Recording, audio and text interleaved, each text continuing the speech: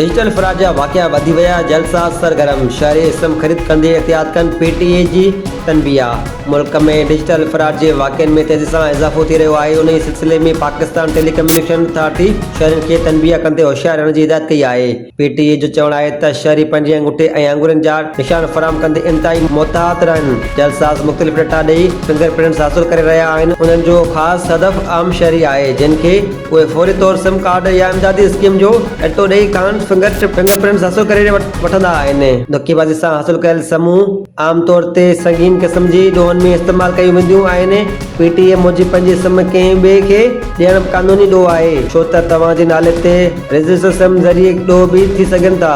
Check कयो त तव्हां जे सुञाणप कार्ड ते केतिरियूं सिमूं आहिनि। उन लाइ पंहिंजो सुञाणप कार्ड 668 ते SMS कयो ऐं अणरतल सिम खे फौरी तौर ब्लॉक करायो।